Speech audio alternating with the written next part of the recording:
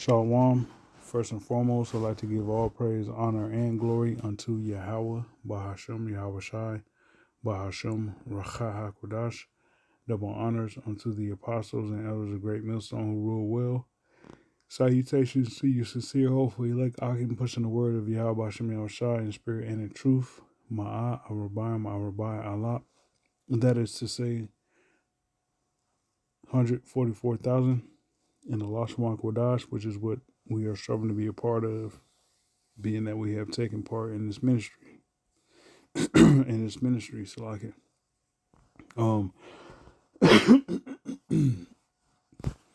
What you see here on the screen is first and foremost, let me give credit to the beloved brother Yakar, out of Alaska,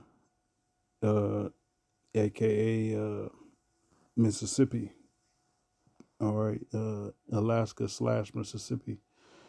He sent me this video yesterday, and I couldn't help but laugh, man. And it angered me. Just being honest, it angered me. Seeing what through the spirit I perceive this individual, as you see on the screen, to be an Edomite. All right, as brown as his skin might be, listening to him talk, hearing the tone of his voice, looking at his mannerisms, how he moves his head as he's talking, what he's talking about, how convicted he is within his belief. I came to the conclusion 2 seconds into the video that this is a fucking Edomite. All right, this is a so-called white person that is stuck in brown skin and a brown body. All right, in my personal term, all right, my personal,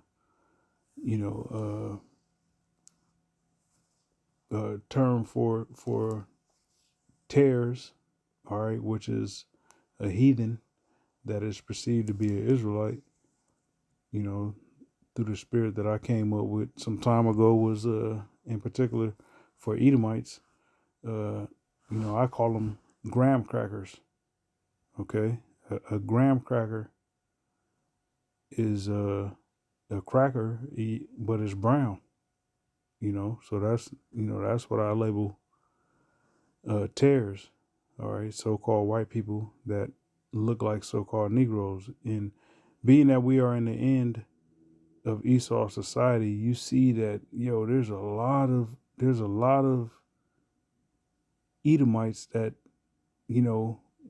coming up when you were growing up, you thought they were so-called black people, and now that they're older and, they've matured, so to say, you can see like, yo, man, something's up with this individual. All right, this ain't no Jake. This is a stone cold Edomite. So through the spirit, I believe, this individual here to be a black Edomite. All right, so-called black Edomite. So-called black Edomite for sure. All right, and that's me speaking through the spirit. But just listen to what this dude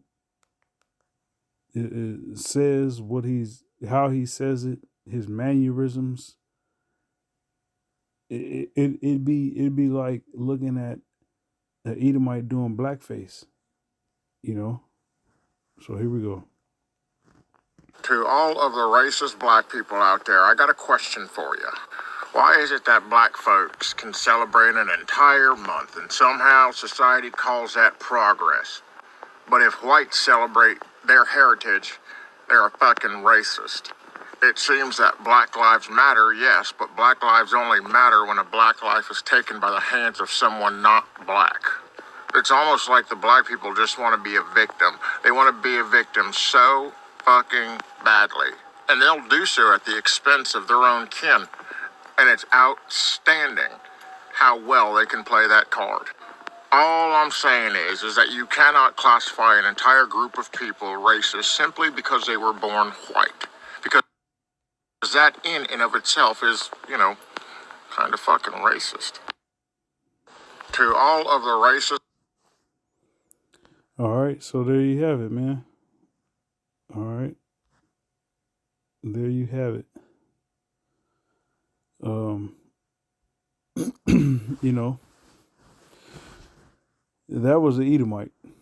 My humble opinion, speaking as a man, yet through the spirit of Yahweh Shem Yahushua, I wholeheartedly believe that was an Edomite.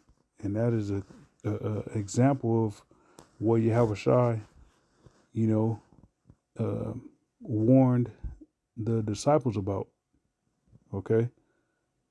So this is Matthew 13 and 18. So we're going to get an example of what we just watched, all right, in the scriptures. It says, Matthew 13 and 18. Let me read this in the NLT. It says, "Now listen to the explanation of the parable about the farmer planting seeds. The seed that fell on the footpath represents those who hear the message." Hold on, is this it? Let me see. So like it. No, this is not it. Let's jump down. Here we go. Verse 24 in the NLT. It says, "Here is another story Yahushua told. The kingdom of heaven is like a farmer who planted good seed in his field, but that night, as the workers slept, his enemy came and planted weed among the wheat, then slipped away. When the crop began to grow and produce grain, the weed also grew." All right. So throughout the course of history, we've had, and in particular slavery, you had Esau that was impregnating, by way of grape. All right. He was graping Israelite women. And also you had, Israelite women, even after slavery, willingly, getting with and laying down with the Edomites, giving birth to their children. So they are what you consider tares.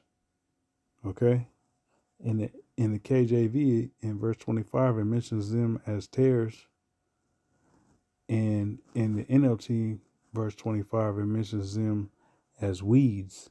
Okay, so verse 26 it says, when the crop began to grow and produce grain, the weeds also grew. The farmers work. The farmers workers. The farmers workers went to him and said, "Sir, the field where you planted the good seed is full of weeds. Where did they come from?" Okay, so where the hell? Here it is. We got carted off into captivity, into slavery. All right, Israelites. And sometime after slavery, you know, the slave women having children, and you got these, just two left feet slaves being born to these black as hell nigga women. Where the hell y'all come from?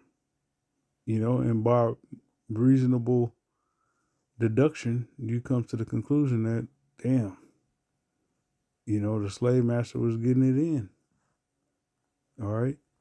And that sickness, all right, that tolerated sickness has been passed down to where, the so-called Negro woman is they're reserving themselves for Edomite men.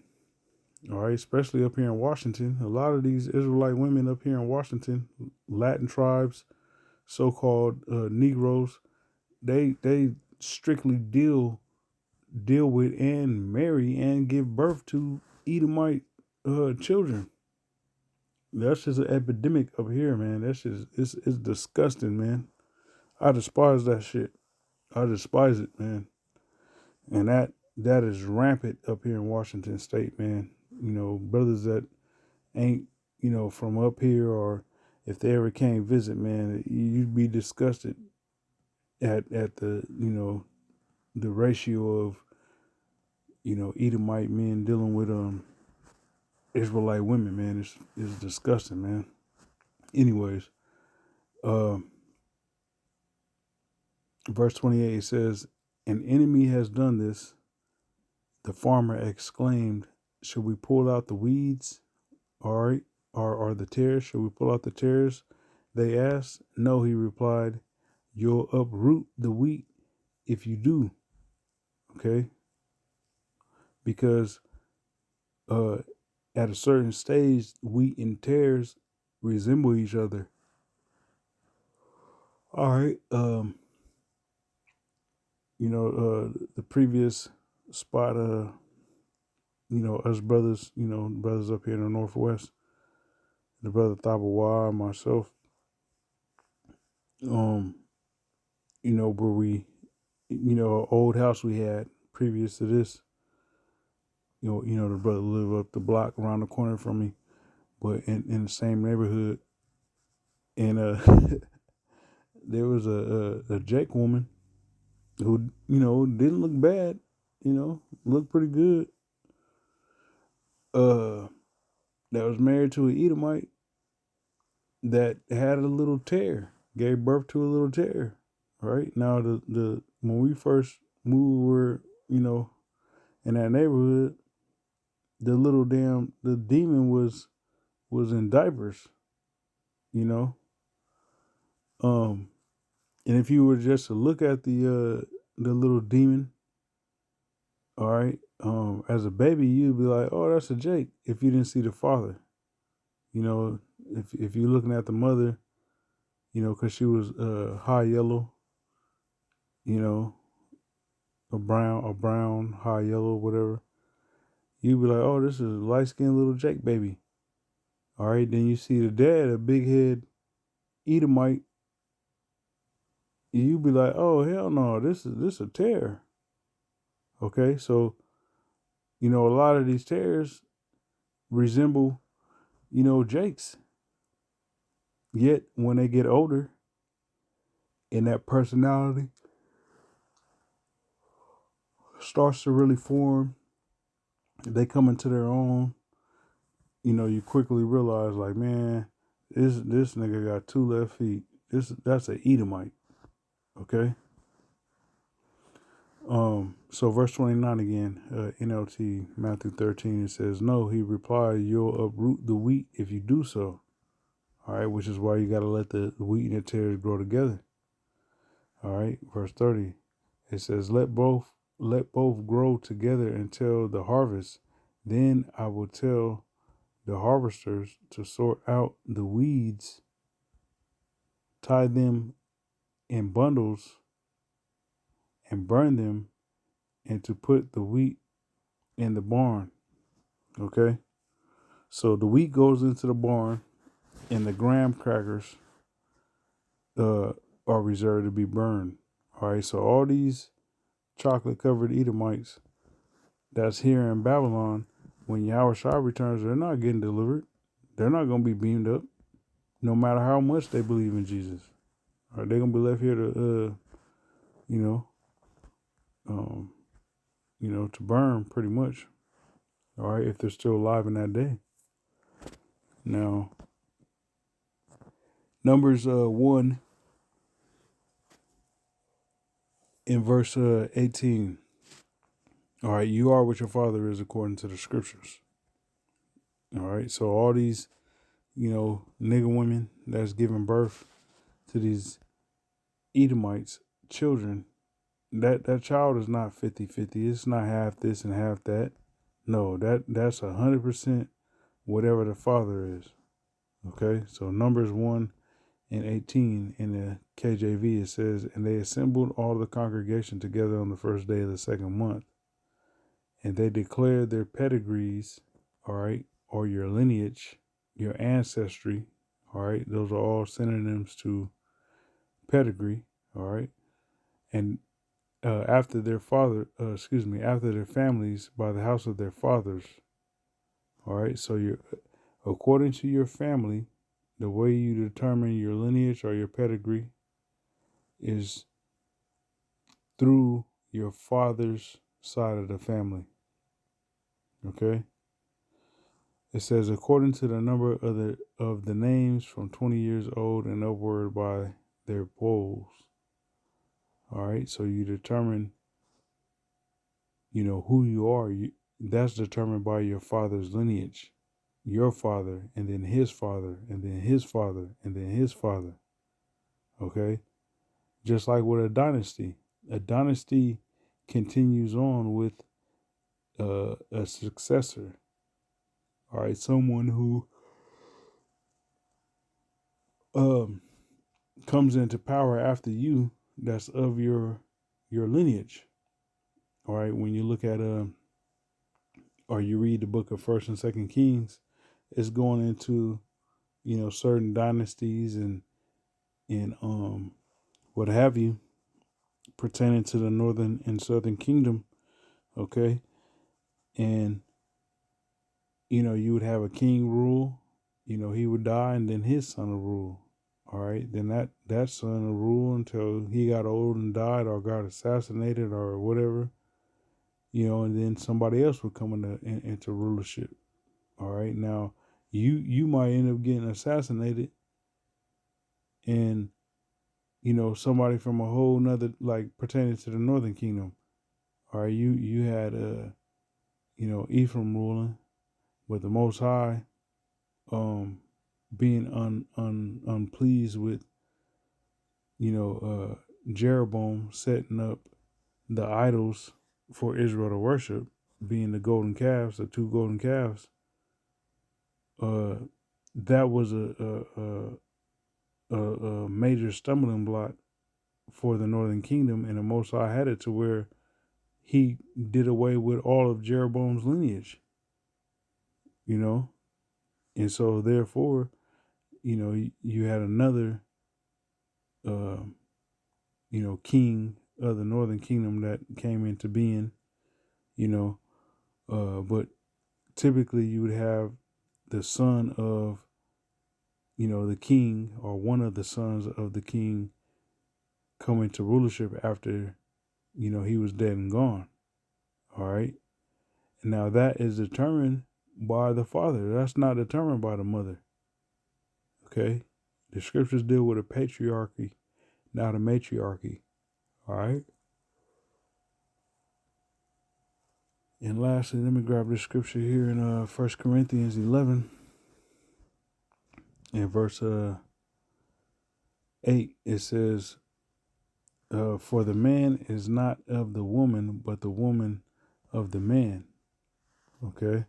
Neither was the man created for the woman, but the woman for the man.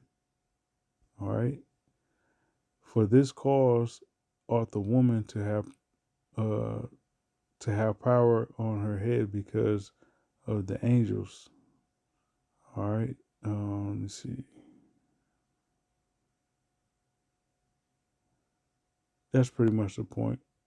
Let me read this in the NLT. This is verse 8. It says, for the first man didn't come from woman, but the first woman came from man. And man was not made for woman, but woman was made for man. So, if a woman stems from the man, that lets you know that the man determines the pedigree. All right, not the other way around. So, long story short, excuse me, I'm tired, man. This here is a graham cracker. All right. So, want to give all praise, honor, and glory unto Yahweh Shem Shai. Lord willing, this was edifying. Till next time, shalom.